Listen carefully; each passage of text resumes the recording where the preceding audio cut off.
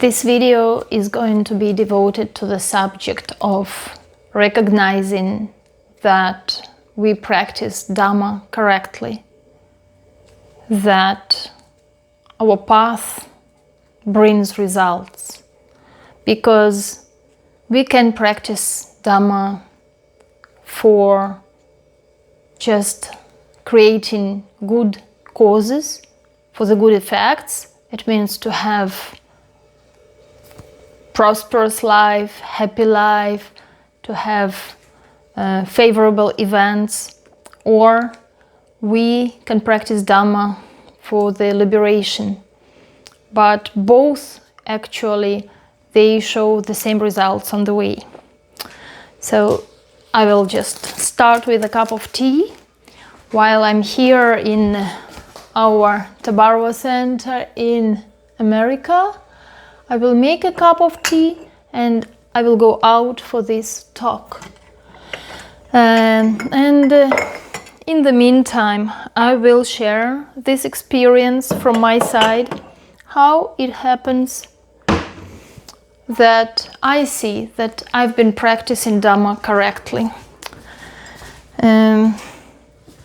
Well, I have a path of now 12 years since I know about Dhamma, but only, let's say, last 5 years have been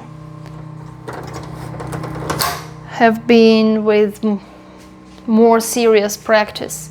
And this is when really I started seeing results. In those previous years, I will go outside. In those previous years, I could see results only for myself. But the results that I notice now are the results that help also me to be a better person for the others. So when I practiced just from time to time, oh, why is it locked here? When I practiced from time to time, wrong exit, I don't have my shoes here from this side. That time I was just able to relax my mind, like take it on a vacation. When it was tensed, when I would stress out, I could take time to loosen it. And those were just instances when Dhamma was helpful to... Where shall I find a good spot for this conversation? Let's see. There is sun. There is a nice Buddha statue there with rose bushes, but there is also sun. So at that time, Dhamma was helpful, like to save myself from when I would deepen myself into suffering.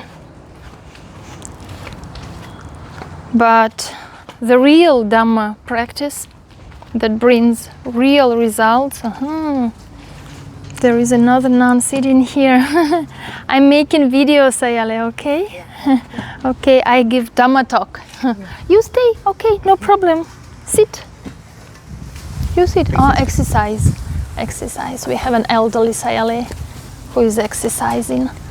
Okay. So,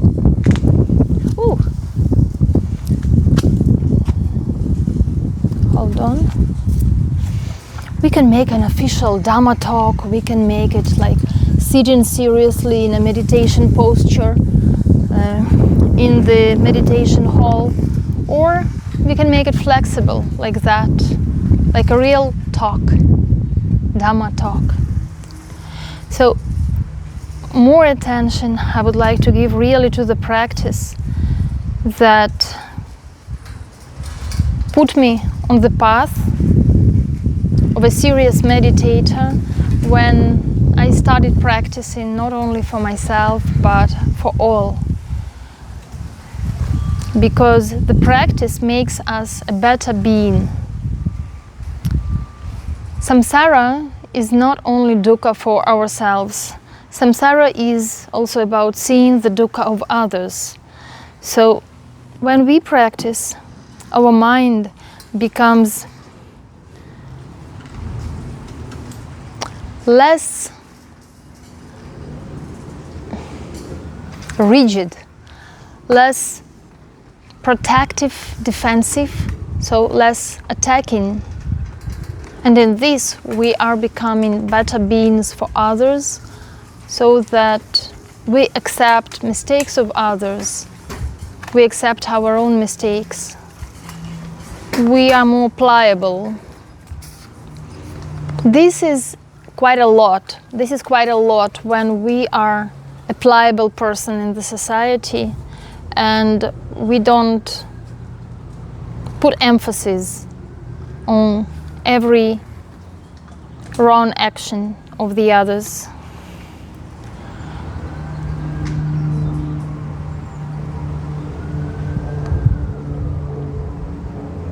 We are better people for the society when we practice Dhamma seriously, because we understand our own suffering and we don't want to cause this suffering to others. So in more situations we would renounce our position. We would renounce, even if what we are doing, what we are saying is right, we would renounce it for the peace. The peace becomes more important than the proof that I am right. So it shows that we loosen the influence of self on our values of life. When we have values where self is emphasized, we would actually always try to protect our face, always try to take the last word. We would try to make the impression on others so that they keep in mind who they deal with. We would always try to really create the best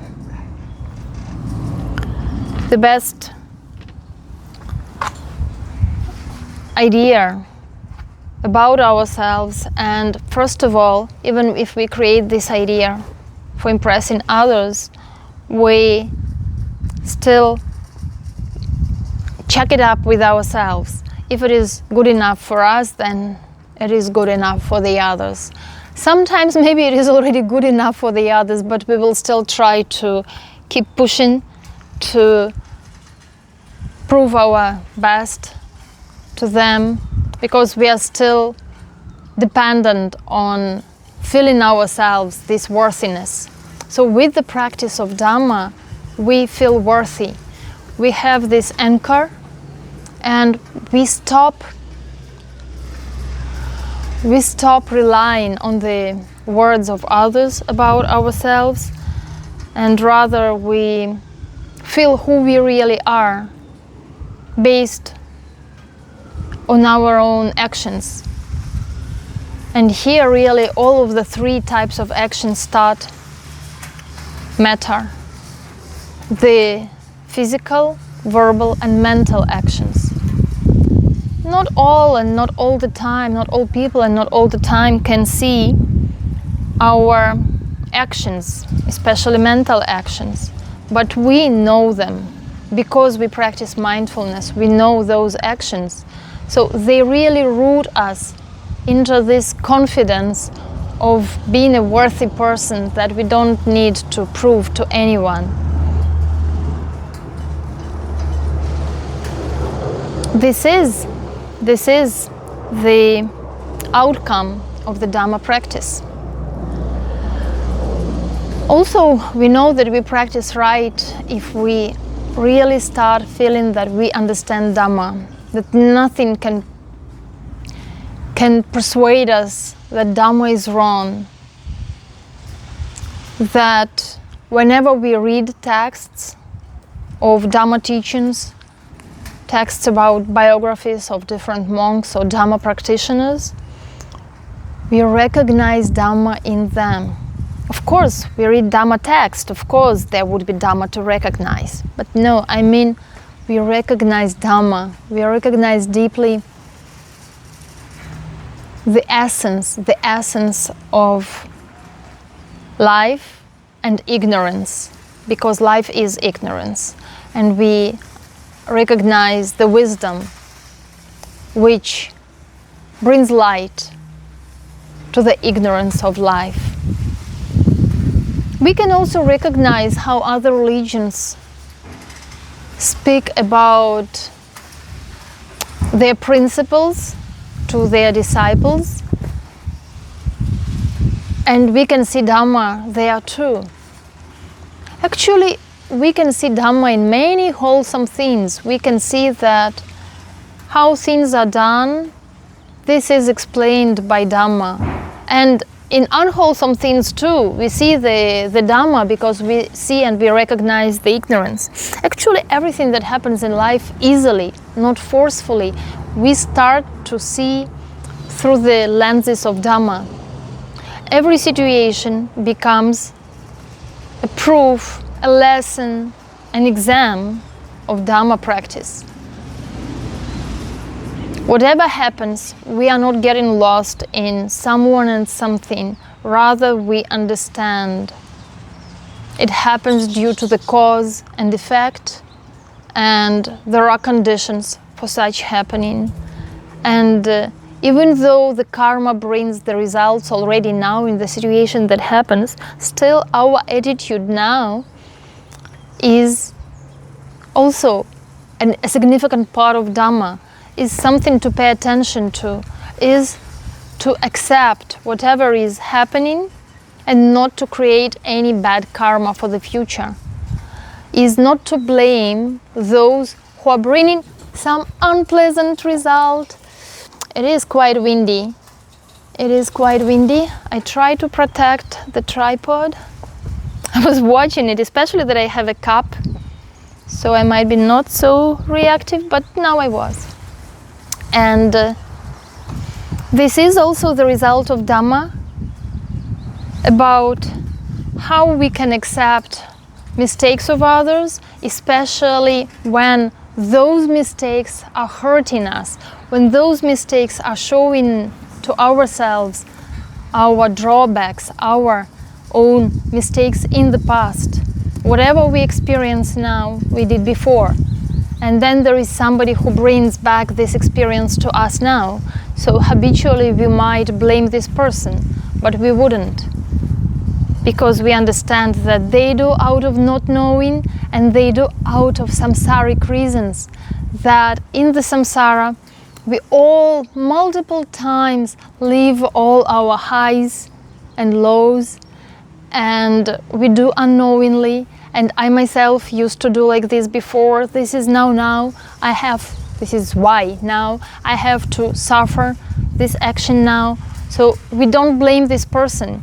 We understand that he's just doing out of living this samsara, out of not knowing, out of having no mindfulness to control their mental action that controls their physical action or verbal action, whatever mistake they make, physically or verbally. So we even can have a compassion to this person when we experience a situation of suffering. That situation of suffering is only the samsaric suffering, but not the suffering in our mental living of understanding truly Dhamma. Also, when there was the wind and my telephone was about to fall down, and I made a pause, stopped speaking, and then I spoke about having a cup, and then I just continued the topic, speaking about people who bring us some challenging situations. At that time I thought that I also need to bring up this example. This is also an important example of benefit that good practice of Dhamma, right practice of Dhamma gives us, that if we practice mindfulness and we practice all different aspects of Dhamma, we generally stay quite collected in our mind and we don't forget what we are driving at. We may start a phrase, then we may deviate somewhere to explain some other concepts, and it can take quite a long time, but then we will always come back to the topic. When I teach meditation, sometimes people tell me that they themselves forget already what question they ask, because I start answering given some wider response, and then I bring it back and then I make it round and I give them their answer, and then they remember, and then they are surprised how far we were and how we came to this subject back again. Or sometimes I might be speaking about something that they wanted to ask. This is also a result of the right practice of Dhamma. This is not any magic, this is not any superpower, not at all. I don't practice samadhi strong so that my mind is so sharp that I could see the previous lives or the unseen beings. No, I don't do that. I just practice mindfulness from one moment to another, and I practice morality. And also, another thing that shows me that my practice is right is that recently somebody asked me about the Eightfold Path, telling about the importance of understanding it, practicing it, applying it. When I said that actually Eightfold Path, without intentional practice of it, has become a natural way of living. Because all those concepts of right view, first of all, right view, this is the main thing that we practice in Dhamma. We listen to Dhamma talks, to teachings, we ask questions, we practice and then get to know, to see something that we may ask from a teacher, and then we can check with the answer. So we are practicing to know from our own experience. So this all creates right view. And of course, Dhamma is not separate from daily life. And this is the proof of the right practice if we easily recognize and continue knowing Dhamma and continue applying the right view in our daily activities. So right view, then it brings right thinking, right resolve. Really, right resolve for all multiple different situations. Because we don't use insistently our own mind, our own intellect, our own knowing. Because we stop controlling life. We trust Dhamma. We know that everything happens in a way that it should, and that we should be able to accept and to endure and to stay clear and stable on the mind, so that once again we don't create the bad karma. We just endure the results of the old one. And right resolve becomes so natural that just right solutions come to our mind. And then because there is right thinking, right resolve, right solutions, we use the right speech. And because we use the right speech, because of that right resolve, we also use the right action, right? So everything, just using the right action, it is using Dhamma. Because every action exists already because of not knowing Dhamma. We always want to act, we always want to move. There is a desire to live, to experience. So if we practice correctly, then Dhamma comes in every action that we learn to abandon it. Oops, that we learn to be mild with our actions and not to do anything forcefully. And this comes naturally. And of course, the right practice will show you the insight of the three characteristics. And not only. It can be three characteristics together, it can be a view of only anicca, of only anatta, of combination of anicca and dukkha, for example. Also an insight into dukkha by itself, an insight into unwholesomeness, into the agitation, that the mind is always agitated even in the seemingly neutral state. And all those insights, they will give such a strong impression that we will not confuse them with just ideas or just imagination. You can't confuse that. What are other symptoms of the good practice, right practice? Understanding Dhamma everywhere. Understanding those who don't understand Dhamma. This is strong, this is powerful. Understanding those who don't understand Dhamma and they try to insist that what you are saying is wrong, you are wrong, they blame, and you will not react. You will not react because you see that what they are saying comes from their not understanding, from their not knowing. You are resistant to that. You have some kind of strong protection, and you will not waste yourself to explain, to excuse, to insist on something. You will just understand them, although they don't understand you. You will accept that there is wrong understanding, misunderstanding, while they cannot accept that. They cannot accept you. They will blame you, they will judge you, but you will still accept them. This is a great effect of the right practice of Dhamma. Cravings become less.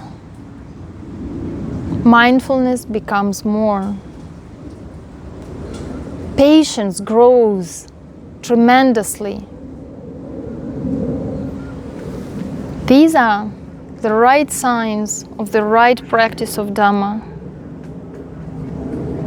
And trust. There is trust. There is trust to whatever happens is not wrong. And as I said, you don't control others, so you also stop controlling your life and you stop controlling yourself. You just accept to do what is right, and there is more and more understanding of what is really right to do. Life becomes easier because it is easy to know what is right to do. There is less doubt, less hesitation. Oh, of course there would be less doubt, because doubt is just one of the obstacles on the mind. So if you practice seriously, obstacles are removed, your mind is pure and stable. Of course you will not have that obstacle. Yes, like doubt is not just a mere not knowing. It is just an obstacle, yeah. Just while telling this, I just understood myself. And although the world seems as dukkha, it doesn't seem so enemy-like. It just seems ignorant-like. Practicing Dhamma correctly, you recognize your own ignorance. Of course, as a step forward, when you take next step and wisdom arises, mindfulness arises, it can detect the instances of ignorance that drove your actions, brought your mistakes. Yes, and you understand that mistakes are a part of the path. Everything becomes so natural. So I encourage you to practice Dhamma and see if these examples happen in your life. If you see such improvements, if you see your life is becoming lighter, if you see you feel yourself a worthy person for others, not for yourself, this flexibility, this understanding, this confidence,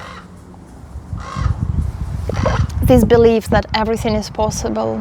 After all, mind creates all. Everything is a creation, so how can something be not possible? But is everything necessary? Whatever is happening is necessary, and this will happen and we will accept it.